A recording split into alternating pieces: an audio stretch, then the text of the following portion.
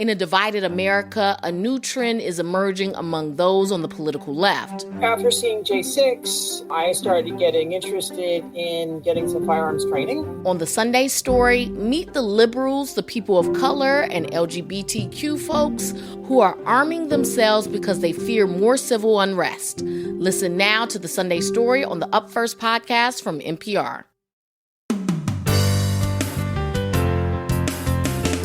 From NPR and WBEZ Chicago, this is Wait, Wait, Don't Tell Me, the NPR News Quiz. That big ball in Times Square doesn't drop until it hears me count down from 10. I'm Bill Curtis, and here is your host at the Studebaker Theater in the Fine Arts Building in Chicago, Illinois, Peter Sagal. Thank you, Bill. Thank you, everybody.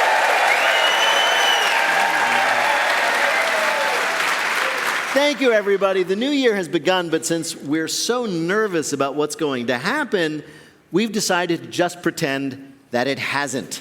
2025 isn't over until I say it's over. So, we're going to spend another show forthrightly avoiding the future. And we'll start with something it killed me to miss when it happened. Pedro Pascal is one of my favorite actors, so I was extremely jealous of guest host Tom Papa getting to interview him in August. It was better this way, Peter. You would have fainted dead away the second you saw his face.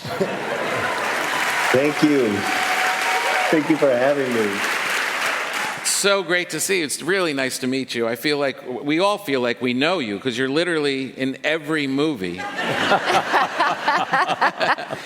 How do you... I know. I'm sorry about that. No, you're making us all very happy. How do you keep your characters straight? You must be filming some of these things at the same time, right?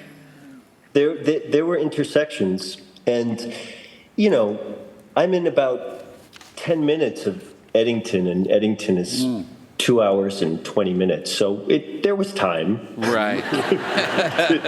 It's not that hard.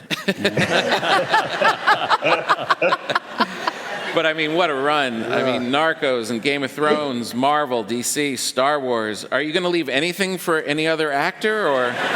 No. No. No, it's all mine. You started as an actor in New York mainly, right? You were a struggling actor in New York? Yes. Right. Yes. That was like the longest role of my life, was struggling actor. Wow. And you must have started getting parts there, and you slowly, did you do like commercial work, that kind of stuff? I mean, I couldn't get arrested, to be honest with you. I had like a little bit of a promising start with jobs that were in Los Angeles, actually. But as far as New York was concerned, it just was a rough go. I was a waiter, and I was really bad at it, but I still didn't have the skill to learn something else, and I did eventually learn how to wait tables. I became good at it, but boy, it took years. What was the struggle in waiting tables for you? What was the hard part? Just the logistical labor of meeting everyone's needs in the right manner. The act one, the water, act two, the drink, act three, upsell, down, like the whole everything, and making them feel attended to and respected and everything. And I desperately didn't want to be there. I want to be honest with you. I've never understood the waiter's journey until that moment, Pedro. That was beautiful. Like, wow, I'm gonna tip more every time. Like, I see what you're doing, man. So at that time, what was scarier, the world in The Last of Us or your first apartment in New York? Oh gosh! Wow. Okay. Yeah, exactly. I mean, I thought my apartment was really cute, and when I moved out to Brooklyn, the only place that I could afford was a tiny little place in Red Hook, and I remember taking a friend of mine to it years later while I still had the lease. And she looked like she was going to cry, knowing that I lived there for 12 years. Like, she just was dumbfounded, and it was hilarious. So, I don't know, maybe to some people, my apartment in Red Hook, Brooklyn, but to me, definitely the post-apocalyptic fungal nightmare. Yeah. Although there was a lot of fungal nightmares in that apartment. I was curious for The Last of Us, which is so brilliant, but I know so many people, and Peter is who I'm filling in for today. He played The Last of Us on his PlayStation, the video game, and he was so moved. He talks to me about it like he's so moved by that game. It really hooked people in a profound way. Did you play that game before you start in the adaptation? No, I tried. I really, really did try. I tried. And my nephew didn't have the patience, so he took the console from me. And I said, and I was just like, well, then you do it. I'm sorry.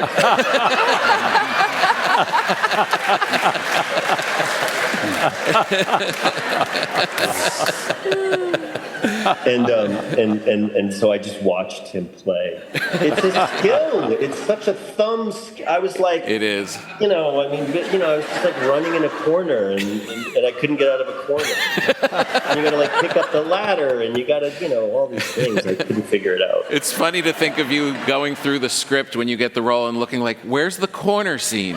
Yeah, exactly. Where I'm like running in place.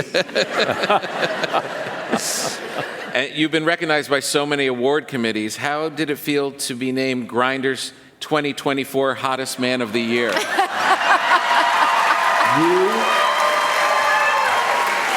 are lying to me. You're not aware of this? You're lying to me. I'm not.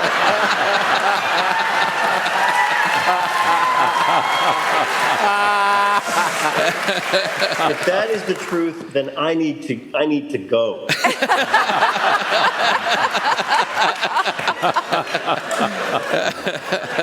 Except it's 2025.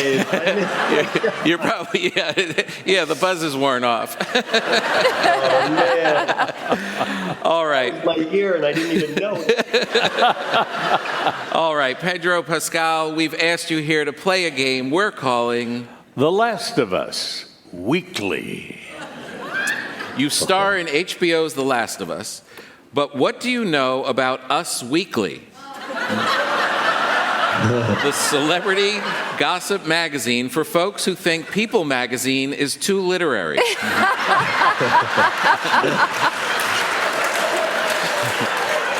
Answer 2 out of 3 questions right, and you'll win our prize for one of our listeners. Bill, who is Pedro playing for? John Biba of New Market, New Hampshire. All right.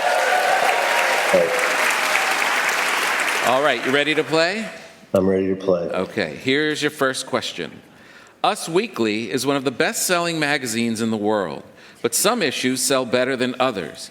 According to a former employee, which of these is the kiss of death for an issue of Us Weekly? A, when the note from the editor at the beginning of the magazine starts with, "Listen, they can't all be winners." B, when the issue includes the rare "Stars, they're just like us, only much, much better" column. Or C, when the magazine's cover has a picture of literally any man on it. That's too many words. Let's do C. C? The answer is C. You're right. According to the employee, having a picture of a man on the cover pretty much guarantees that the magazine will undersell, which is crazy because who doesn't want to know about Kevin Jonas's skincare routine? Here's your next question. Slate called Us Weekly Celebrity Questionnaire 25 Things You Don't Know About Me the best magazine feature in all of media. As proof, they cited Cher's 2013 profile where she revealed what? A, that she's gone by just Cher for so long she's completely forgotten what her last name is. B, that all of her imaginary friends growing up were lumberjacks. Or C, that the original lyrics for If I Could Turn Back Time were about stopping the JFK assassination? My God. I mean, it's got to be B. Those were my friends. You're right, it was B. Cher also revealed that she owns, quote, a large collection of elephants. Real ones. You can't have a small collection of elephants.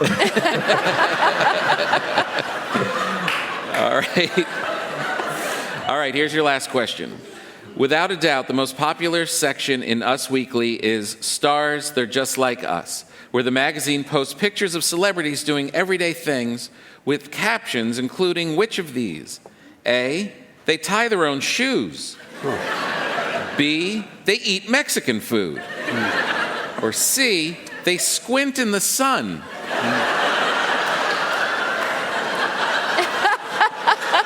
What, I'm allowed to get like help from the audience, right? Between A and C? What? They said All of them. All of them, but they would literally say they eat Mexican food? You're right, all of the above.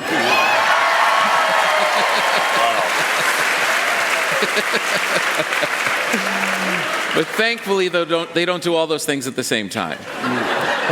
Bill, how did Pedro Pascal do on our quiz? Could he do anything better than be a winner? Pedro!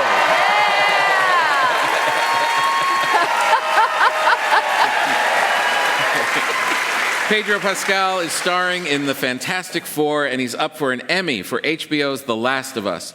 Pedro Pascal, thank you so much for joining us on Wait, Wait, Don't Tell Me. Great job. When we come back, some of our panelists' best lies of the past year and how Abbott Elementary subtly lets you know that one of its characters was secretly a genius. That's when we return with more of Wait, Wait, Don't Tell Me from NPR. Netflix's Stranger Things has reached its end, and we're unpacking the biggest moments in the final season. We'll talk about what we thought of the finale, what happened to our heroes when they set out to battle the forces of evil one last time, and, of course, the terrible wigs. Listen to Pop Culture Happy Hour in the NPR app or wherever you get your podcasts. On NPR's Wildcard podcast, heavyweight host Jonathan Goldstein talks about his early years as a writer. I was writing, and no one was buying what I was selling. I just couldn't get anywhere.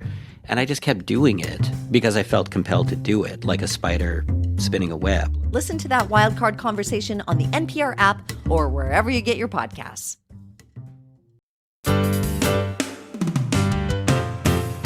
From NPR and WBEZ Chicago, this is Wait, Wait, Don't Tell Me, the NPR News Quiz. I'm Bill Curtis, and here is your host at the Studebaker Theater in the Fine Arts Building in Chicago, Peter Sagal. Thank you, Bill. Thanks, everybody.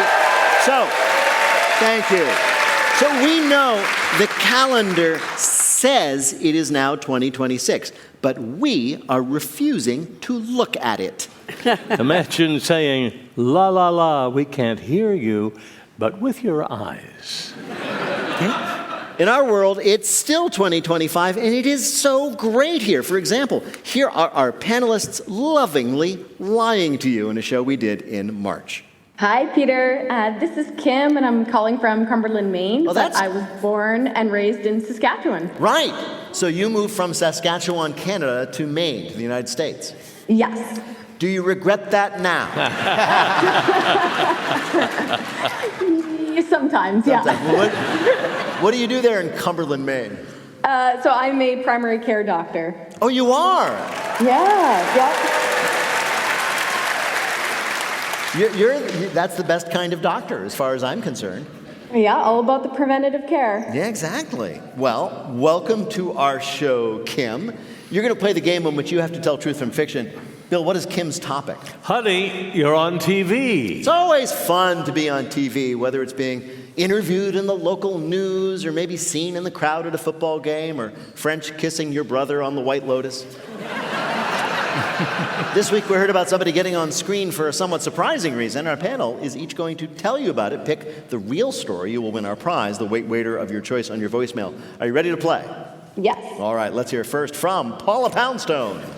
Just before the start of their recent soccer game, Bulgarian team Arda paid tribute to recently deceased former team member Petko Gonchev. Both teams lined up and bowed their heads for a moment of silence.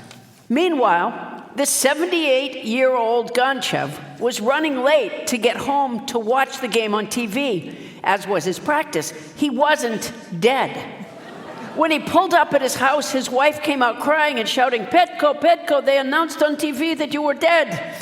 Gonchev was so shaken by not being dead, he downed a glass of brandy. "So many people called me, relatives, friends, acquaintances, and not so big acquaintances," Gonchev said. "Like maybe Stoyan, Ivan's friend from the bar that he met that time." "Petko? Yes, it's me, Stoyan. Do I know you?" "Yes, we met at the bar that time. I'm Ivan's friend."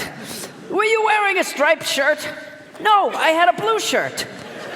"Oh yes, Stoyan. Hello. Petko, are you dead?" Petko may not have been dead, but he did watch a moment of silence for himself on the TV before a soccer game. Your next story of a television tale comes from Alonzo Bowden. Matt Collins worked for Amazon. Everyone thought Amazon Prime one-day delivery was fast. Then they saw Matt run. KCAB obtained this video from a neighbor's Ring camera. Matt was dropping a package when Thor, a notorious neighborhood German Shepherd, got loose. In the video, Matt ran past his truck, leaped a small garden hedge, and increased the distance between himself and Thor until Thor simply gave up. Thor wasn't the only one to see Matt run. Pete Walker, who once coached Deion Primetime Sanders, said Matt was the fastest man he's seen since he saw Deion run a 4.240 in college. Pete had to find and time Matt. Matt ran a 4.3540. Now, it's rumored Thor's 40 time was about 4.5, but no one's been brave enough to verify that. It turned out Matt had been a high school player, but he didn't get recruited for college and was working at Amazon to help pay for his education. Well, Matt won't have that problem anymore. Since he didn't play college ball, even at age 21, Matt had his full eligibility and is now a full-time scholarship as cornerback at Alcorn State University. An Amazon delivery man is caught on camera outrunning a German Shepherd and gets himself a football scholarship. Your last story of somebody getting screen time comes from Eugene Cordero. When Jason Estrellas of Alhambra, California, began his day with his usual cup of coffee and switching on the local morning news, he was met with a story asking, "Are we too addicted to junk food?" During the segment, it showed stock footage of various people eating fast food or drinking soda. There was one noticeable snippet to Mr. Estrellas of a man drinking an extra-large soda, holding a hot dog, and wearing a green T-shirt that read, "Got a bad case of bad shingles? We can cure it. Estrellas Roofing." This was, in fact, Jason Estrellas himself in the video, and he was shocked. "I was excited at first that I was on the news until I saw what the story was about," said Estrellas. But lucky for him, more people were intrigued with the shirt than they were about his quick meal options that he chose. "Business has picked up quite a bit," Mr. Estrellas said. "I hope they keep using the footage. It's free advertising. Plus, a few customers have had hot dogs ready when I arrived to do the job." All right, here are your three choices. Somebody was surprised to see themselves on TV.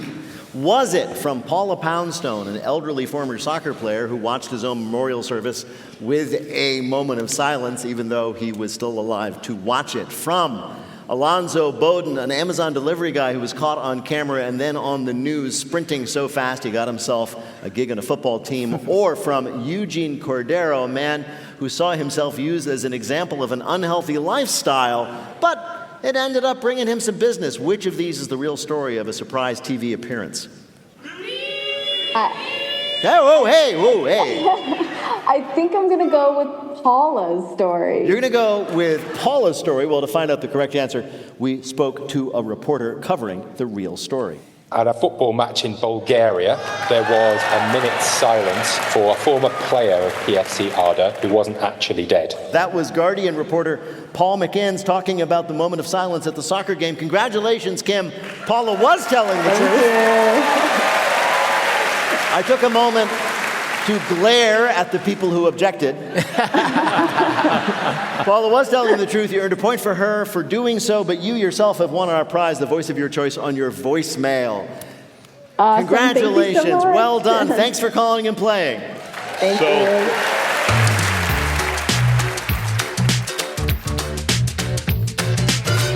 Here is another interview I am really eager to revisit because I missed it the first time. In June, guest host Negin Farsad interviewed actor Chris Perfetti from the hit sitcom Abbott Elementary, and they talked about what makes Chris' character the smartest, most sophisticated person ever seen on TV. Chris, I first of all love the show. You're so funny. We have something in common. We both started out our careers in entertainment as baristas. Apparently, you were a Starbucks barista, is that right? I was. I still feel bad about it to this day, but I sort of used it as a way to get a job elsewhere. I knew about this kind of like Starbucks loophole that if you got hired, you could be transferred somewhere. And I knew when I went to drama school, I needed a job. And so I didn't tell them, but I, applied and got a job in my hometown just so that I would have somewhere to work when I went to school. Oh, wow. Great. So then they just put you at another Starbucks. Yeah, there's like a few of them, I guess. Yeah. And then, so as a Starbucks barista, did you intentionally screw up names on the cup? I was not trusted with the customers. They learned very early to put me at the bar to make the drinks. I was really good at that. I could, but were you doing the heart shapes and the palm tree shapes on the foam? Oh no, there was no time. What are you talking about? There was. I feel like I worked at quite possibly the busiest Starbucks in the world. And so you were just lucky if your order came out correct. So you spent this time at Starbucks, but you did you put a lot of time in serious theater. Is there like a favorite theatrical piece that you did? I don't know. I think doing Shakespeare in the Park really kind of like came up first for me. You're doing a play for, first of all, just so many people. It's outdoors. And sometimes it rains halfway through and you slip and fall on your butt in front of everyone. Did that happen? You fell on your butt in front of everyone? Maybe. Maybe it happened more than once. Now, let's talk about Abbott Elementary. And there's something about that show, the elephant in the room, which is that you have one major quirk in the show. Your character is a huge Wait, Don't Tell Me fan. Now,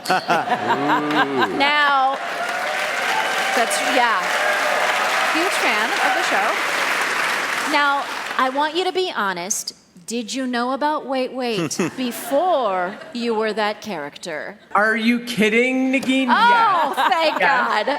And you saying that just kind of has renewed my fears about season 5. I'm terrified about, the line between Chris and Jacob is getting very blurry, and I decided to not share with Quinta any other personal details about my life because, we show up to a table read and there it is. So, I'm so glad that made it into our show. So when that trait was given to you, did that affect how you did that character? Were you like, oh no, I got this?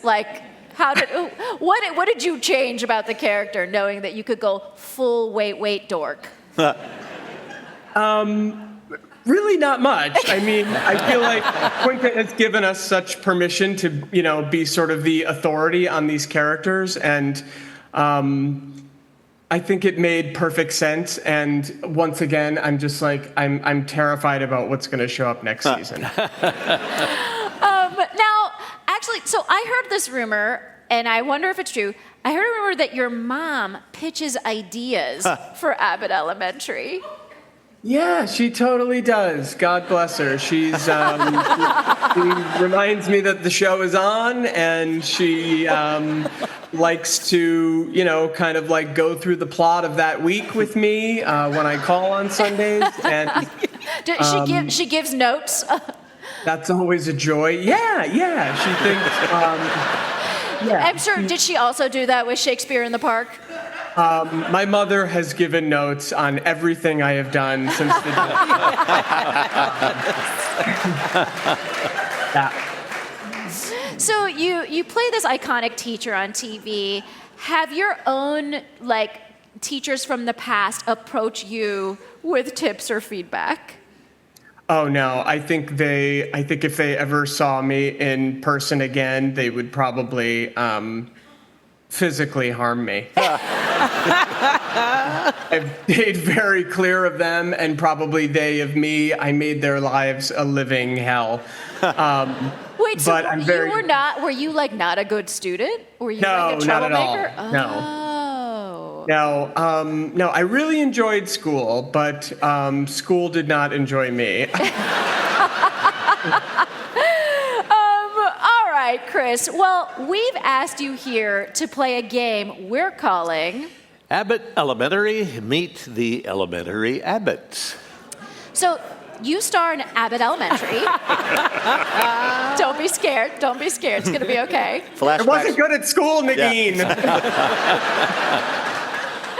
Okay, so you star in Abbott Elementary, so we thought we'd ask you 3 questions about another kind of Abbott. That's right, we're talking about monks.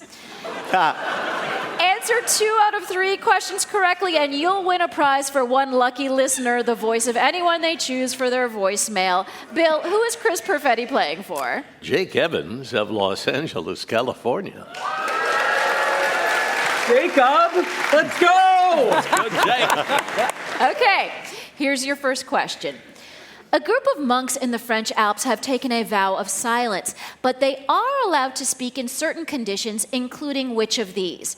Is it A, when singing along to their favorite Bad Bunny song?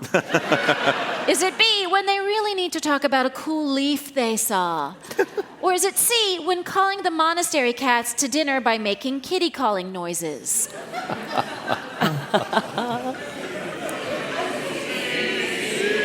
Wow, I really didn't think I needed to hear any more options after A, but I'm glad I did. I'm going to go with C, I think. Wow. That's right. Very good. That's right. Every abbey makes an exception to their vow of silence as long as the monks are being adorable. Okay, here's your next question. Monks are known for living lives of peaceful contemplation, which is why one monk in Japan got in trouble when he started doing what? Was it A, halfway through meditation time, he loudly said, boring? Is it B, angrily responding to every negative Yelp review about his monastery? Or is it C, trying to jazz up the chants by doing some sick harmonies? I feel like I want to go with B. That is right! Yes! When one reviewer complained about the food at the Abbey, the monk responded, and this is true, yeah, it's monastic cuisine, you uneducated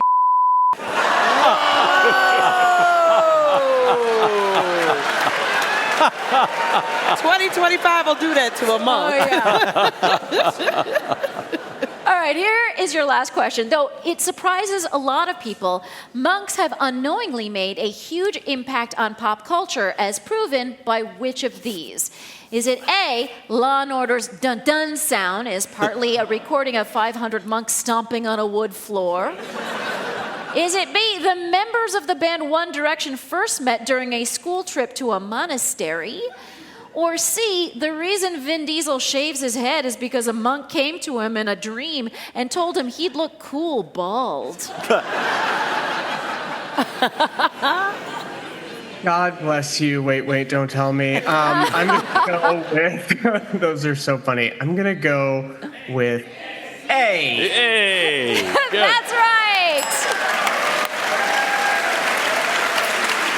The dun-dun also includes the sound of a hammer hitting an anvil, and if you listen closely, the scream of a man who just hit his thumb with a hammer. Bill, how did Chris Perfetti do? The teacher is always right, and this teacher got every single one correct. Yeah!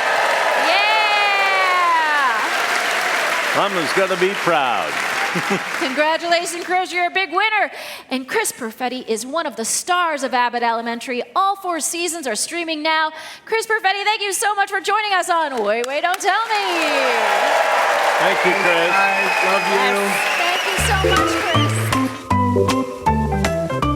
When we come back, we talk to a real housewife of Salt Lake City, and we've got the receipts, proof, timeline, and screenshots to prove it. Thank you. That's when we come back with more of Wait, Don't Tell Me from NPR.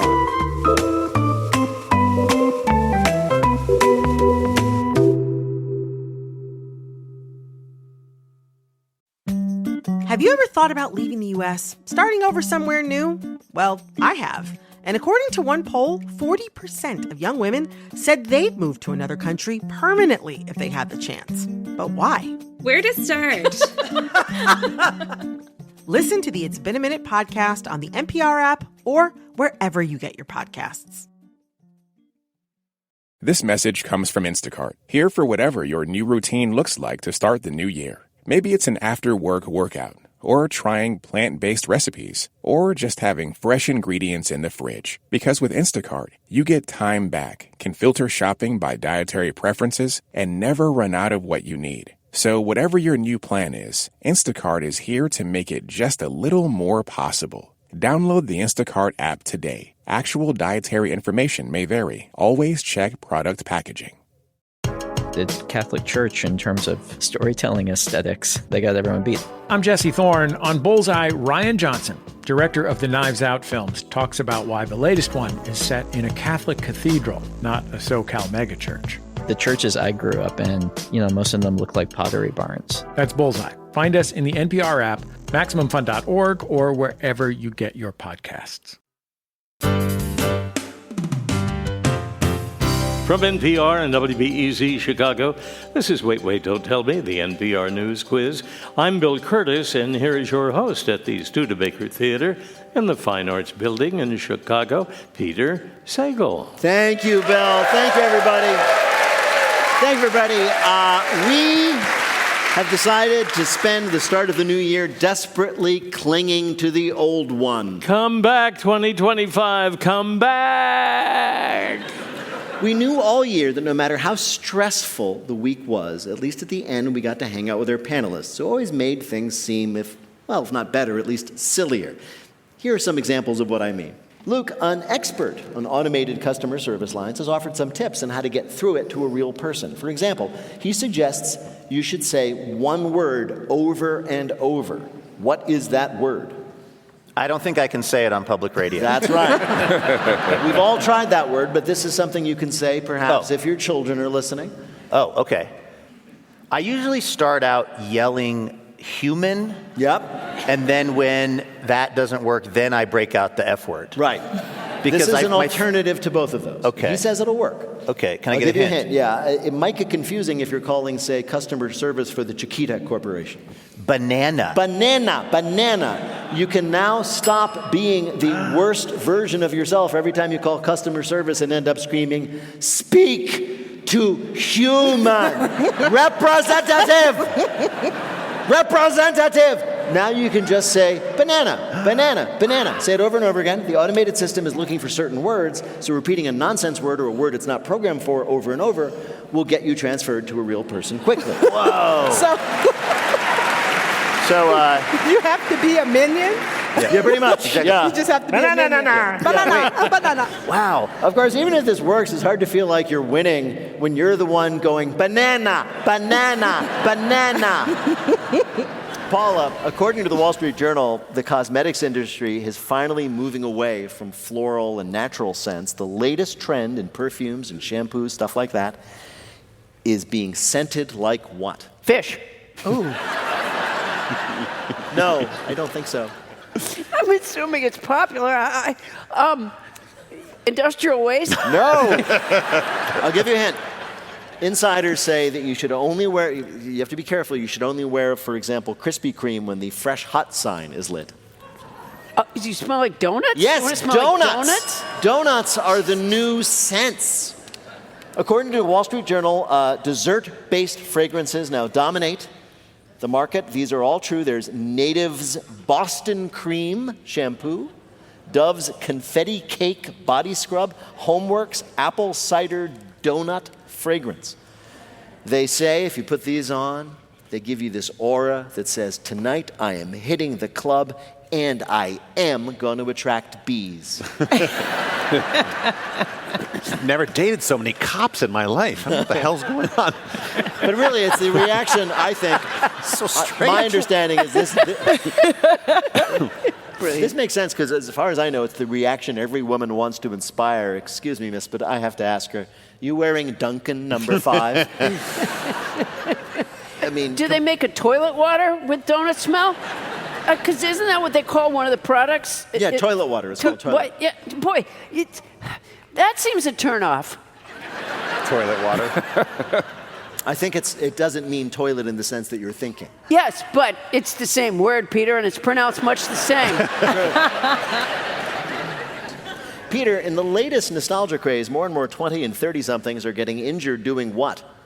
Opening a coconut water. No. Did that happen to you here? That happened to me when I cleared 40. Not a coconut, like just being like...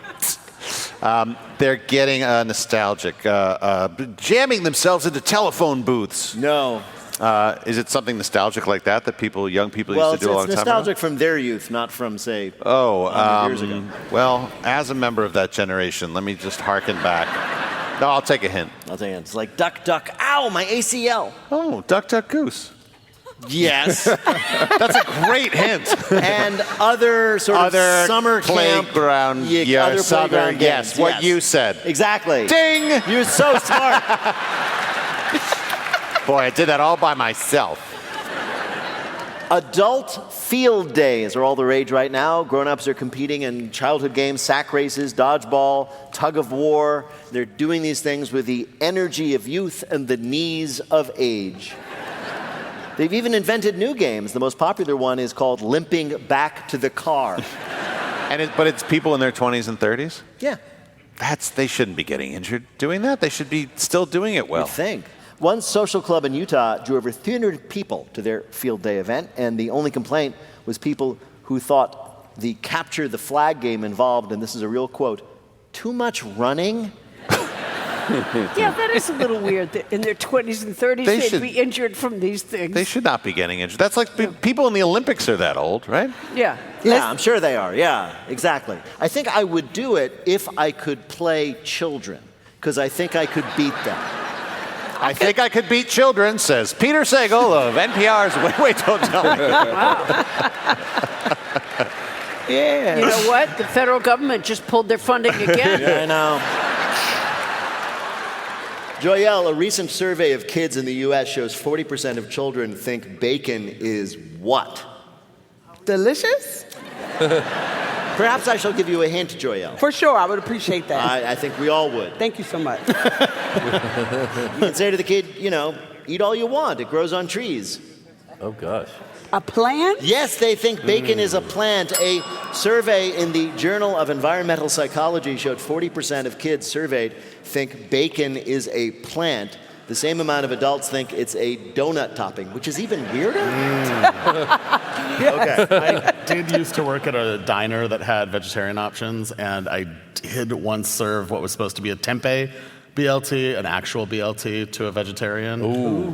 And I was like, how is everything? And I saw it, and they went, this is the best tempeh I've ever had.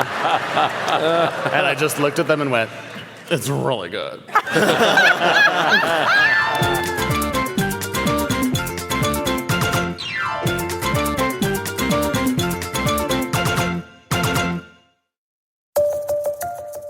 NPR's podcast Trump's Terms is your source for same-day updates on big news about the Trump administration.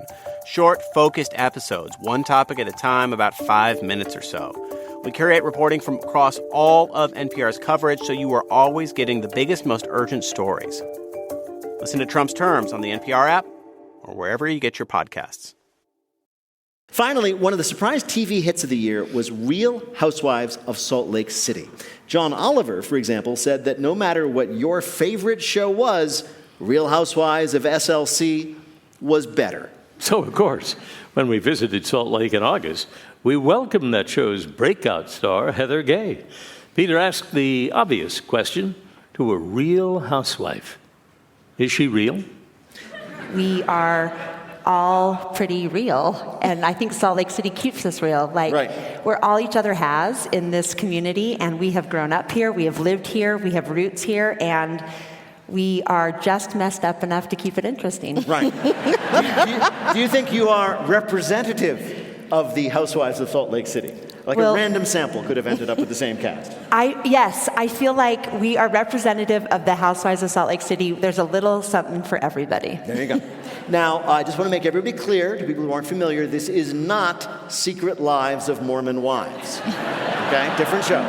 For someone who's new to it, how would you tell the two shows apart? I would say that we are the mighty oak, and Secret Lives of Mormon Wives is the acorn that fell and sprouted as a result of us. Whoa! Wow. You better tell them. Tell them, baby. We proved the market. Tell them, baby. And we created, a little bit of Mormonism in the zeitgeist. Yes. That created intrigue, I think. That mighty oak is casting some shade. So Housewives shows are known for the housewives starting the show every season by turning to the camera, right? Mm-hmm. And giving your opening line. Was there a technical term for that? The opening It's called your tagline. Your tagline. Yeah, your season tagline. Can you share some of yours? My first one was, just like my pioneer ancestors, I'm trying to blaze a new trail. And that shoulder rotation is so important. Yes. To this. Then I think season 2 was, I was raised Mormon, but now I'm raising a glass of champagne. That's good. I've had a couple. I've had 6 now. 6. Wow. Do you workshop them? Do you try them out? No, they're assigned. No.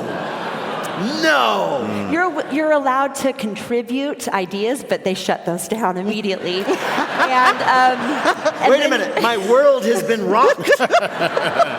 Somebody wrote that for you? Well, I had alluded so much to my pioneer ancestry that it kind of wrote itself. In a weird way. But they, and you can kind of they'll give you 3 or 4 to keep you guessing, and you can kind of try to mess up the ones that, you don't like, that don't represent you fully. Yeah. Do you remember any of the bad ones, the ones you tried to kind of fumble? Well, they're usually picked. I remember,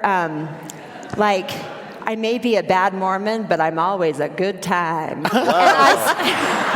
And I think I said that in a funny way, and they used the funny way, which made it invariably worse. Heather, I'm a huge fan. So glad you're here. Love you. I cannot believe that my worlds are colliding like this.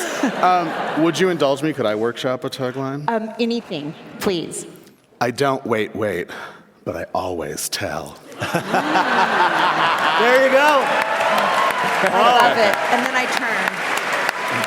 Pretty good. Very good. Better than pretty good. If the world could have seen, Shane, your smoldering glance. Thank you. That would have been awesome. And I am willing to relocate to Salt Lake City. So. you have a new book called Good Time Girl. Yes. And this book is sort of a recounting of your various exploits, presumably once you left the LDS Church. Can you give everybody sort of a taste, a sample of the stories you tell in your new book, Good Time Girl?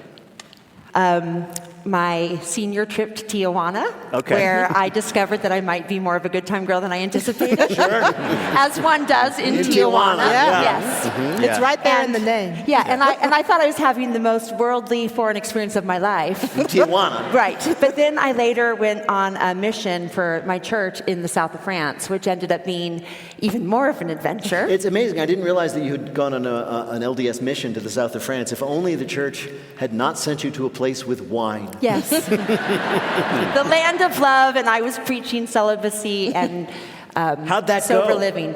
Not so great. Not so great. Not so receptive. The mission was actually closed down. When in Provence. Yeah, don't be Mormon. Yeah. That's what they say.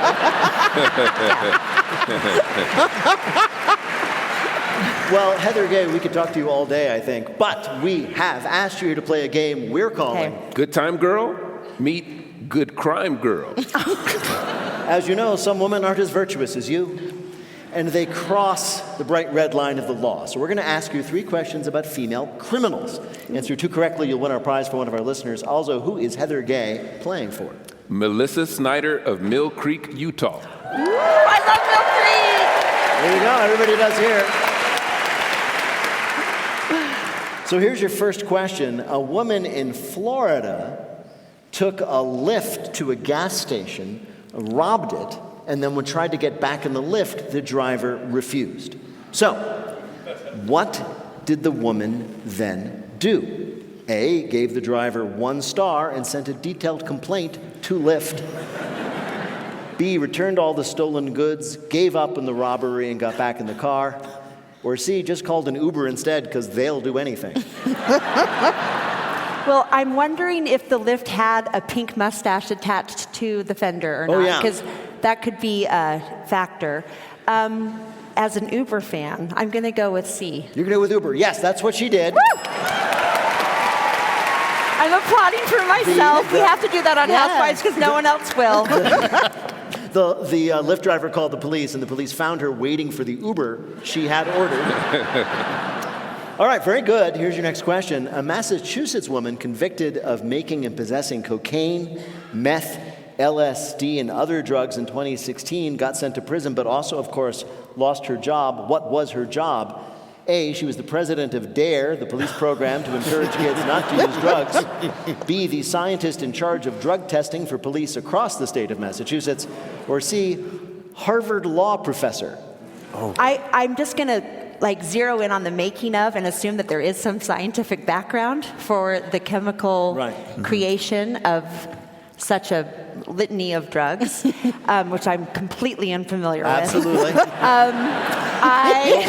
Wait a minute. Let me quickly check the index of your new book. I'm a good time girl, not a great time girl. Okay. We'll know our limits. So I'm going to go with B. You're going to go with B. That's right. She was in charge of drug testing. She says that she went to work high on cocaine every day for 8 years. Wow. She sounds like a real housewife. Oh, yeah. All right, you're doing great. Let's go for perfect. One of the most famous lady lawbreakers of all time was Ma Barker, whose kids and husband were part of a notorious gang of bank robbers back in the 1930s. But she was also a beloved cultural figure, as evidenced by what? A, Barker House rolls, based on her family recipe, which were later changed to Parker House rolls because of her bad press. B, people came out to have picnics while watching her final shootout with the FBI. Or C, while on the run, she got an endorsement deal from Smith & Wesson, which she called, quote, Mama's Little Helper. I mean, I believe that Angie Dickinson started a movie called Big Bad Mama in the 70s. Was that based on Mama Barker? I don't know.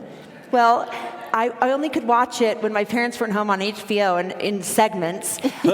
So I'm going to go with B. You're going to go with B. They came out to watch her have her shootout. That's right. Wow. Yeah. It happened. Don't challenge me with perfection. I will take it. It happened naturally in Florida, and the shootout with the FBI lasted so long that people were like, oh, this will be fun, and they packed a picnic lunch, and they came out and they watched the gunfight. Wow. Yeah. Well, I mean, you got it right, and that just goes to show you, kids, please stay up late and sneak and watch HBO. Yeah. Right. You'll be a winner. There is good to be gleaned from rated R movies. Yeah. Yes, there you go. Also, how did Heather Gay do in our quiz? She did criminally well, 3 out of 3. Heather Gay is an author, but of course, one of the Real Housewives of Salt Lake City. Her new book, Good Time Girl, is available now. Please give it up for Heather Gay. Thank you so much for being on Wait, Don't Tell Me. That's it for our Happy Old Year's Day edition. We'll be back next week with a new show. But first, let me tell you all that Wait, Don't Tell Me is a production of NPR and WBEZ Chicago in association with Urgent Haircut Productions. Doug Berman, Benevolent Overlord. Philip Gotica writes our limericks. Our public address announcer is Paul Friedman. Our tour manager is Shayna Donald.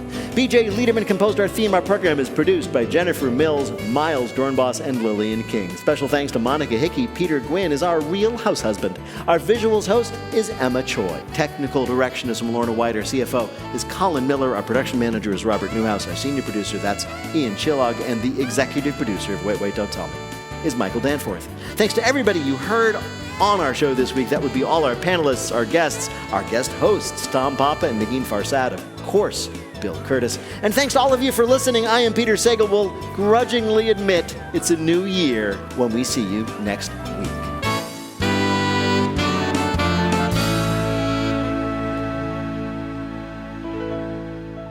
This is NPR.